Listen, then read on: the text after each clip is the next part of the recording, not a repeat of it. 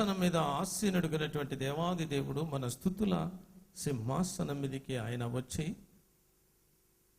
ఆయనను ఆరాధించాలని, ఆయనను స్తుతించాలని, ఆయనను గణపరచాలని, ఆయనను హెచ్చించాలని ఆశతో మన మధ్యలోనికి వచ్చాడు. ఏ ఆశ అంటే ఆయనకి తండ్రి కుమారులకు ఉన్నటువంటి ప్రేమ. ఇక్కడ చూసినట్లయితే 13వ వచనములో తండ్రి తన కుమారుల ఎడల జాలిపడినట్లుగా, మన మీద జాలిపడి దేవుడు మన ఆహ్వానాన్ని అందుకొని ఆయన మన మధ్యలోనికి వచ్చి మన స్తుతుల సింహాసనం మీద ఆసీనుడిగా ఉన్నటువంటి దేవుడు. ఆ దేవుణ్ణి వర్ణించడానికి మనతోని కాదు ప్రియులారా. ఆ దేవాది దేవుణ్ణి ఈ పరిశుద్ధ దినములో, ఈ ప్రభు దినములో, ఈ పూజా దినములో, ఈ ఆరాధన దినములో ప్రపంచములో ప్రతి చోట కూడా ఆయనని స్తుతిస్తూ ఉంటున్నారు ప్రియులారా. మనము కూడా దేవుని మహాకృపను బట్టి, ఆయన కనికరాన్ని బట్టి మనము కూడా సియోను ప్రార్థనా మందిరంలోనికి వచ్చి దేవుణ్ణి స్తుతించడానికి మనము ఆయన పాదముల దగ్గరికి చేరి ఉంటున్నాం. ఆయన మన మధ్యలో ఉన్నాడు ప్రియులారా. మనము ఆయన పాదముల దగ్గర ఉన్నాం. ఆయన మన మధ్యలో ఉన్నప్పుడు ఆయనను స్తుతించాలంటే మనకి ఏ విధంగా ఉండాలా? ఈ దినము ప్రత్యేకముగా ప్రభు దినము అనబడి చెప్పబడింది దేవుని వాక్యంలో. ఏ దినం ఇది? ప్రభు దినము. ఇంకొకటి పరిశుద్ధ దినము, దేవుణ్ణి స్తుతించే దినము, దేవుణ్ణి ఆరాధించే దినము, దేవుణ్ణి కొనియాడే దినము, దేవుణ్ణి హెచ్చించే దినము. ఈ కార్యక్రమాలన్నిటిని కూడా నీవు నేను మనము చేయాలంటే దేవుని ఆత్మ మనలో ఉండాలా. దేవుని ఆత్మ మనలో ఉంటేనే దేవుణ్ణి స్తుతించగలం, లేకుంటే స్తుతించలేం.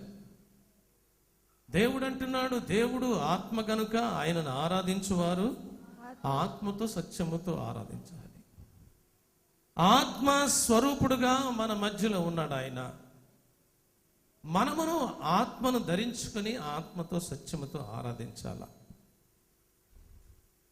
దేవుని శిష్యులలో ఒక వ్యక్తికి మంచి అనుభవం కలిగినటువంటి ఆయన ఉన్నాడు.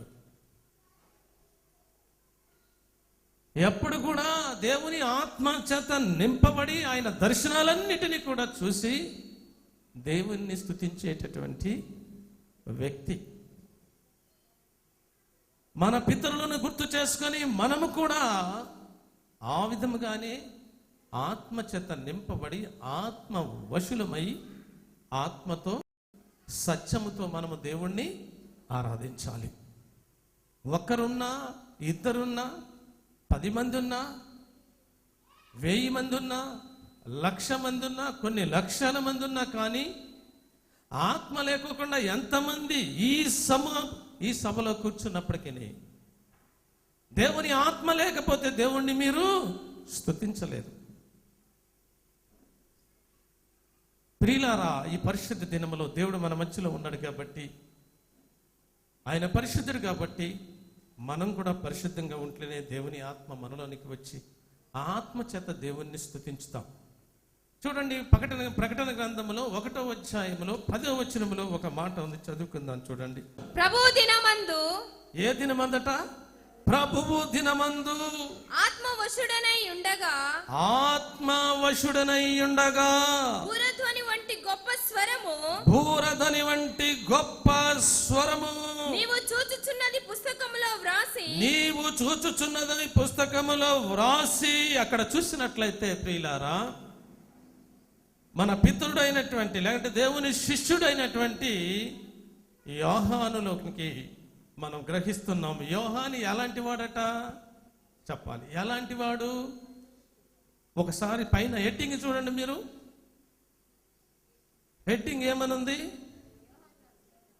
యోహాను రాసిన ప్రకటన గ్రంథం. ఇంకొక చోటు చూసినట్లయితే పరమ జ్ఞాని అని రాసి ఉంటది. ఏం రాసిందట? పరమ జ్ఞాని అని రాసి ఉంటుంది పిల్లారా. ఈ పరమ జ్ఞాని కావాలంటే, జ్ఞానము కావాలంటే మనం ఎన్నోసార్లు మనం ధ్యానం చేసాం, రాబోయే వర్తమానంలో కూడా ధ్యానం చేస్తాం. ఈ జ్ఞానము కలిగినటువంటి ఈ వ్యక్తి ఈ దేవుణ్ణి స్తుతించడానికి దానికి ఉన్నటువంటి లక్షణం ఏంటంటే, దేవుణ్ణి చూడడానికి లక్షణం ఏంటంటే ఆత్మచేత నింపబడటం. ఆత్మచేత నింపబడి దేవుణ్ణి స్తుతించడం. ఇక్కడ చూసినట్లయితే ప్రభువు దినమందు అని వ్రాయబడి ఉంది ప్రియులారా. ప్రభు దినం అంటే ఏ దినం అన్నమాట చెప్పాలి. ప్రభు దినం అంటే ఏ దినము మీకు క్లియర్గా అర్థమయ్యేలాగా చెప్తా. అపోస్తుల కార్యములు 20 చదవండి. అపోస్తుల కార్యములు 20 ఆదివారమున మేము రొట్టె విరుచుటకు కూడినప్పుడు పౌలు మరునాడు వెళ్ళనయ్యుండి వారితో ప్రసంగించుచు అర్ధరాత్రి వరకు విస్తరించుచు మాటలాడుచుండెను. ఏ దినం అది? ఆదివారం. ఆదివారం దినం అంటే ఇక్కడ ఏమంటున్నాడు? అది ప్రభు దినం అంటున్నాడు. దేవునికి మహిమ కలుగును గాక. హల్లెలూయా.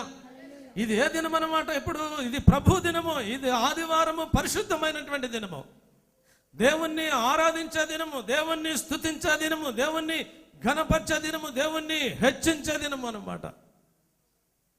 ఆ దినాన అపోస్తులైనటువంటి పౌలు ఆ సంఘములో విస్తరించి మాట్లాడుతూ అర్ధరాత్రి వరకు తన బోధను చేస్తా ఉన్నాడు, తన మాటలను చెప్తూ ఉన్నాడు ప్రియులారా. కాబట్టి ఈ ప్రభు దినమున ఆ యోహాను చూసినట్లయితే ఆత్మవశుడయ్యాడట. ఆత్మవశుడై బూరదని వంటి ఒక గొప్ప స్వరము విన్నాడంట ప్రియులారా. ఆ స్వరమును చూసినట్లయితే ఆ దేవుడు ఎలాంటి వాడు, దేవుని ఉద్దేశములు ఎలాంటివి, దేవుని తలంపులు ఎలాంటివి అని మనము ఆలోచన చేసినట్లయితే ప్రియులారా, ఇంకొక చోట ప్రకటన గ్రంథములో 4 చూద్దాం ఆ మాటని. వెంటనే ఎప్పుడు కూడా దేవుణ్ణి చూడాలంటే, దేవుని ఆశ్చర్య కార్యాలు, దేవుని అద్భుత కార్యాలు, దేవుని గొప్ప కార్యాలు చూసి దేవుణ్ణి స్తుతించాలంటే, దేవుణ్ణి గణపరచాలంటే, దేవుణ్ణి మహింపరచాలంటే, దేవుణ్ణి హెచ్చించాలంటే, దేవుని అంగీకరించిన వారు, దేవుని నమ్మినటువంటి వారు, దేవుని యందు విశ్వాసం ఉంచిన వారు, ప్రతి వారు కూడా, మన పితరులు కూడా ఆత్మచేత నింపబడితేనే ఆయన కార్యాలన్నిటినీ చూడగలిగే, దేవుణ్ణి స్తుతించేటటువంటి వారు. ఈ దినమున ప్రత్యేకముగా ప్రభు దినములో, ఈ ఆదివారం దినములో, ఈ పరిశుద్ధ దినములో నీవు నేను మనమందరం కూడా దేవుని సన్నిధిలో ఆయన పాదముల దగ్గర చేరి ఉంటున్నాము. ఆయన మన మధ్యలో ఉంటున్నాడు ప్రియులారా. ఆయన పరిశుద్ధుడిగా ఉంటున్నాడు. కాబట్టి మనము కూడా పరిశుద్ధత కలిగి దేవుణ్ణి స్తుతించాలంటే, దేవుణ్ణి ఆరాధించాలంటే, దేవుణ్ణి గణపరచాలంటే మనము కూడా ఆత్మవశులము కావలసిన వారమై ఉంటున్నాం. లేకపోతే నువ్వు ఆరాధించడానికి, నువ్వు ఏ ఆరాధన చేసినా ఆయన దగ్గరికి వెళ్ళదు, ఆయన చూడనే చూడడు. కాబట్టి ఇక్కడ చూసినట్లయితే వెంటనే నేను ఆత్మవశుడునైతే, ఇదిగో ఎప్పుడైతే ఆత్మవశుడయ్యాడో ఏం కనబడింది? దానికి సింహాసనం. ఏం కనబడింది? ముందుగా పరలోకం కనపడుతుంది. దేవునికి మహిమ కలుగును గాక. హల్లెలూయా. మనము ఆత్మవశులమైతే మనకి పరలోకం కనబడాలా? ఈ పరలోకంలో ఏముందో తెలియాలా? నువ్వు ఆత్మవశుడు వై సియోను ప్రార్థనా మందిరంలో కూర్చున్నావంటే నువ్వు ఎందుకు వచ్చావో నువ్వు గుర్తు చేసుకోవాలా. నీకు దేవుడు ఏమి వేలు చేశాడో గుర్తు చేసుకోవాలా, ఏమి ఉపకారం చేశాడో గుర్తు చేసుకోవాలా. ఆ గుర్తు చేసుకుని ఆ పరిశుద్ధుడైనటువంటి దేవుణ్ణి ఏ విధంగా ఆరాధించాలో నేర్చుకోవాలి ప్రియులారా. కానీ తాత్కాలికంగా నువ్వు నేను మనం వచ్చి దేవుని సన్నిధిలో ఉత్తగానే కూర్చొని ఆత్మ నింపుదల లేకోకుండా, ఆత్మీయ శక్తి పొందుకోకుండా నువ్వు దేవుణ్ణి చూడలేవు. ఇక్కడ ఆ పరలోకంలో జరిగే కార్యక్రమాలు కూడా నీవు నేను మనం ఎవరూ చూడలేము. అందుచేతనే దేవుడు అంటున్నాడు, నేను ఆత్మస్వరూపుడైనటువంటి వాడిని. దేవుడు ఆత్మ గనుక ఆయనను ఆరాధించువారు ఆత్మతోనూ సత్యముతోనూ ఆరాధించాలి. ఎప్పుడైతే యోహాను ఆత్మవశుడయ్యాడో ఆయనకు పరలోకం కనబడింది. ఆ పరలోకములు ఏమేమి ఉన్నాయో కనబడతా ఉన్నాయి. చదువుదాం. ఒక సింహాసనం వేయబడి ఉండెను. ఒక సింహాసనము వేయబడి ఉండెను. సింహాసనమునందు ఒకడు ఆసీనుడై ఉండెను. ఒకడు ఆసీనుడై ఉండెను. దేవునికి మహిమ కలుగును గాక. హల్లెలూయా. ముందుగా ఏం కనబడింది? పరలోకం కనబడింది. పరలోకములో ఒక సింహాసనం కనబడింది. సింహాసనం మీద ఆసీనుడైనటువంటి ఒక మనుషుడు, ఒక వ్యక్తి కనబడ్డాడు. ప్రియులారా, ఎంత దృష్టి పెట్టి దేవుడిని చూస్తున్నాడో చూడండి. ఎంత ఆత్మ వశుడైతే ఆ దర్శనాన్ని చూస్తున్నాడో చూడండి. ప్రియులారా, ఈ ప్రభు దినములో, ఈ పరిశుద్ధ దినములో కూడా సియోను ప్రార్థనా మందిరములోనికి వచ్చే ప్రతి వారు కూడా అలాంటి వశము కలిగి మనము దేవుణ్ణి ఆరాధించాలని ఆయన కోరుకుంటున్నాడు. మన మధ్యలో దేవుడు ఉన్నాడు. దేవుడిని చూస్తున్నారా, లేకుంటే మీరు మనుషుల ముఖాలంక చూస్తున్నారా? మీరు లేకుంటే ఇక్కడ ఏమన్నా ఏముందని చూస్తున్నారు మీరు ఇక్కడ? కానీ ఇక్కడ ఉన్నది ఎవరో తెలుసా? దైవదాసుడు కాదు ఇక్కడ ఉన్నది, దేవుడు ఉన్నాడు ఇక్కడ. ఆయన ఎలాంటి దేవుడో తెలుసా మీకు? నిర్గమకాండము 19వ అధ్యాయం చూడండి. నిర్గమకాండములో చూద్దాం ఆయన ఎలాంటి దేవుడు.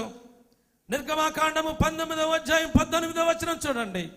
ఆ దేవుని దగ్గరికి మనం వచ్చాం, ఆ దేవుని సమూహానికి మనం వచ్చాం. ప్రియులారా, ఆ దేవుడిని మనం ఏ విధంగా ఆరాధించాలి, ఏ విధంగా భయం కలిగి ఉండాలి, ఏ విధంగా భక్తి కలిగి ఉండాలి, ఏ విధంగా దేవుణ్ణి ఆరాధించాలి, ఎలాంటి దేవుడు, ఎలాంటి శక్తి కలిగినటువంటి దేవుడు. నిర్గమకాండము 19వ అధ్యాయం 18వ వచనంలో ఉంటుంది. చదువుకుందాం. యెహోవా అగ్నితో సీనాయి పర్వతం మీదికి దిగి వచ్చినందున అదంతయు ధూమమయమాయను. దేవునికి మహిమ కలుగును గాక. హల్లెలూయా.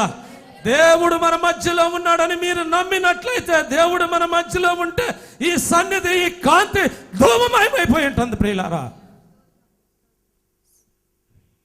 మీరు అనాలోచన గాని భయం లేకుండా, భక్తి లేకుండా దేవుని సన్నిధికి వస్తే ఆ అగ్ని అపవిత్రమైనటువంటి దాన్ని, ప్రతి దాన్ని కూడా కాల్చి వేస్తుంది. జాగ్రత్త.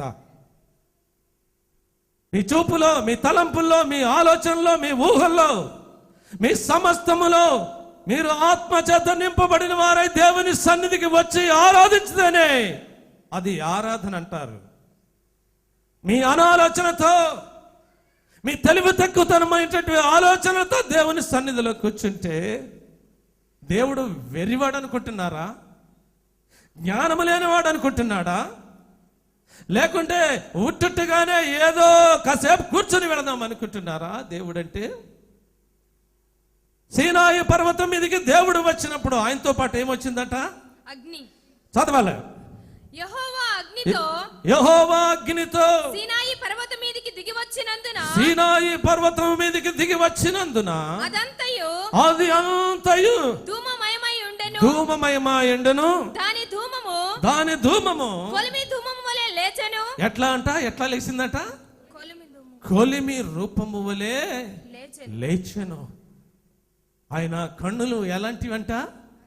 అగ్ని జ్వాలల వంటి కన్నులు కలిగిన వాడట. ఆయన అక్కడ ఉన్నప్పుడు కొలిమి వలె ఉన్నదట. మండుచున్నటువంటి అగ్ని, దహించేటటువంటి అగ్ని. ఆ దేవుడు తన్ను తాను తగ్గించుకొని మన మధ్యలోనికి మనల్ని ప్రేమించి, తండ్రి తన కుమారులు ఎలా జాలిపడినట్లుగా ఆయన జాలిపడి మన మధ్యలోనికి వస్తే మనము దేవుణ్ణి ఏ విధంగా ఆరాధించాలా ఒకసారి ఆలోచన చేయండి. ఆయన ఎలాంటి దేవుడు ఒకసారి ఆలోచన చేయండి. దానికంటే నిశ్చయమ్మ తర్వాత పర్వతమంతయు మిక్కిలి కంపించెను. ఆ భూరధ్వని అంతకంతకు బిగ్గరగా మ్రోగెను. సరిగా చదువు, అర్థమయ్యేలా చదువు. ఆ భూరధ్వని అంతకంతకు బిగ్గరగా మ్రోగెను. మోసే మాటలాడుచుండగా ఆయన వచ్చినప్పుడు, ఆయన దాని మీద అడిగినప్పుడు ఆయన ధ్వని బిగ్గరగా వినబడతా ఉన్నదట. దేవునికి మహిమ కలుగును గాక. హల్లెలూయా. ఆయన వచ్చినప్పుడు ఆయన ఉన్న చోట, ఆయన కూర్చున్న చోట అగ్ని మండుచున్నదట. అది ధూమము వలె, అది కొలుమి వలె ఉన్నదట ప్రియులారా. ఆనాడు సీనాయి పర్వతం మీదకి వచ్చినటువంటి దేవుడు ఈ పరిశుద్ధ దినములో, ఈ ప్రభు దినములో మన మధ్యలోనికి వచ్చాడని ఎంతమంది నమ్ముతున్నారు మీరు? ఆ దేవుడే ఈ దేవుడు, ఆయనే ఈయన, ఆయనే ఈయన. ఆ మహిమ కలిగిన దేవుడే ఈ మహిమ కలిగిన దేవుడు, ఆ భయంకరమైన దేవుడే ఈ భయంకరమైన దేవుడు, ఆ పరిశుద్ధుడైనటువంటి దేవుడే ఈ పరిశుద్ధుడైనటువంటి దేవుడు మన మధ్యలో ఉన్నాడు. ఆయన మన స్తుతుల సింహాసనం మీద ఆసీనుడిగా ఉన్నాడు. ఈ దృశ్యాన్ని ఎవరు చూశారంటే యోహాను చూశాడు. ఎట్లా చూశాడంటే ఆత్మ వశుడై చూసినప్పుడు పరలోకం కనపడింది. దేవునికి మహిమ కలుగును గాక. హల్లెలూయా. పరలోకం కనబడింది. పరలోకములో ఒక సింహాసనం కనబడింది. ఆ సింహాసనం మీద ఆసీనుడు అనేటువంటి ఒక వ్యక్తి కనపడ్డాడు. ఆ వ్యక్తి ఎలా ఉన్నాడో చూడండి, చదువుదాం. ఆసీనుడైన వాడు, దృష్టికి సూర్యకాంత పద్మరాగములను పోలినవాడు. ఆసీనుడైన వాడు, దృష్టికి సూర్యకాంతి పద్మరాగములు పోలినవాడు, మరకతము వలె ప్రకాశించు ఇంద్రధనుసు సింహాసనమును ఆవరించి ఉండెను. దేవునికి మహిమ కలుగును గాక. హల్లెలూయా. జీవము కలిగినటువంటి దేవుడు, ప్రభావము కలిగినటువంటి దేవుడు, అద్భుతుడైనటువంటి దేవుడు, ఆశ్చర్యకరమైన దేవుడు, సమస్త సృష్టికర్త అయినటువంటి సర్వాధికారి అయినటువంటి దేవాది దేవుణ్ణి కన్నులారా చూస్తా ఉన్నాడు. ఆయన రూపాన్ని చూస్తున్నాడు, ఆయన సొగసును చూస్తున్నాడు, ఆయన మహిమను చూస్తున్నాడు, ఆయన ప్రభావమును చూస్తున్నాడు, ఆయన ఎలాంటి వాడో చూస్తున్నాడు, ఆయన రూపం ఎలాంటిదో చూస్తా ఉన్నాడు. ఇవన్నీ చూడాలంటే ఏం కావాలా? ఆత్మ వశులం కావాలా.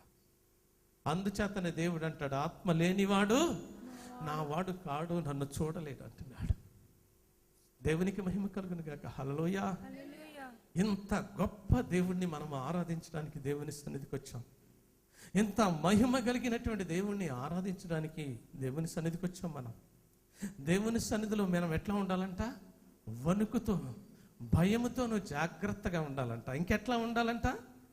చూడండి, ప్రసంగిలో 5వ మొదట్లో ఉంటుంది, చదువుకుందాం అన్నమాట. ప్రసంగిలో 5వ అధ్యాయం 1వ వచనంలో ఉంటుంది, చదవండి అన్నమాట. ప్రసంగి, నీవు దేవుని మందిరమునకు పోవునప్పుడు, నీవు దేవుని మందిరమునకు వచ్చినప్పుడు నీ ప్రవర్తన జాగ్రత్తగా చూసుకోవాలి. ఎట్లా ఉండాలంట? నీ ప్రవర్తన జాగ్రత్తగా చూసుకోవాలా. ఎందుకని జాగ్రత్తగా చూసుకోవాలా? మన మధ్యలో ఉన్న దేవుడు ఎలాంటి దేవుడు? పరిశుద్ధుడు. పరిశుద్ధుడు కాదు, ఇంతకుముందు చదువుకున్నాం కదా, నిర్గమకాండంలో చదువుకో. ఎలాంటి దేవుడు అట? అగ్ని స్వరూపుడైనటువంటి దేవుడు. జాగ్రత్తగా ఉండకపోతే అగ్ని ఏం చేస్తుంది? కాల్చి వేస్తుంది. జాగ్రత్త సుమ, జాగ్రత్త సుమ. ప్రతి వారు కూడా జాగ్రత్తగా ఉండాలా.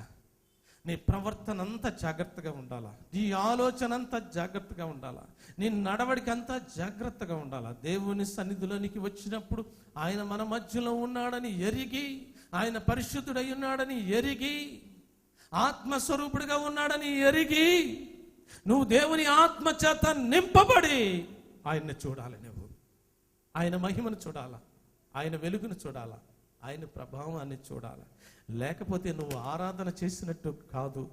ఒకవేళ నీ ఆరాధన దేవునికి చెందదు, నువ్వు దేవుని దీవెనలు ఆశీర్వాదాలు పొందుకోవు. నీ ఎక్కడే సచ్చుబడినట్టుగా ఉంటాయి పిల్లారా. మన దేవుడు సచ్చుబడినటువంటి దేవుడు కాదు. మన దేవుడు ఏదో హేళనైనటువంటి చేసే దేవుడు కాదు.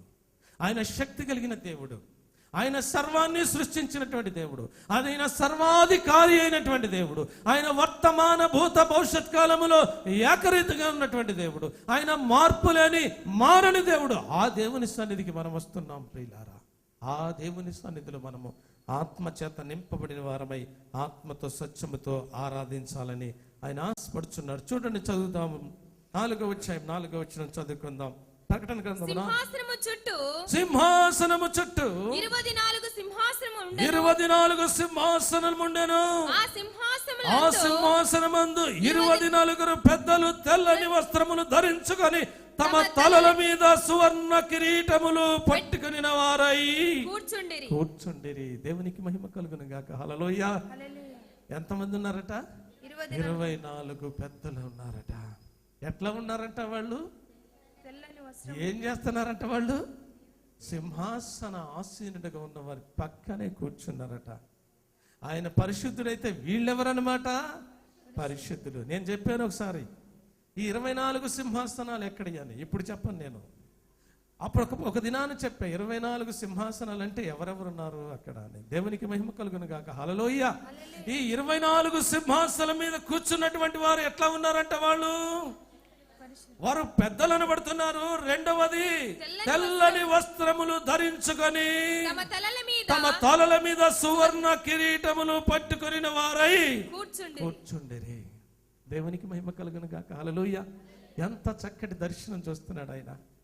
నీవు నేను చూస్తున్నావా? నీవు నేను చూస్తున్నాం. ఎందుకు వచ్చాం? ఎందుకు ఆరాధించడానికి వచ్చాం? ఎందుకు దేవుణ్ణి మహింపరచడానికి వచ్చాం? ఎందుకు దేవుణ్ణి హెచ్చరించడానికి వచ్చాం అనేది ఒకసారి నీవు నేను మందరం కూడా గుర్తు చేసుకోవలసినటువంటి వారమై ఉంటున్నాం.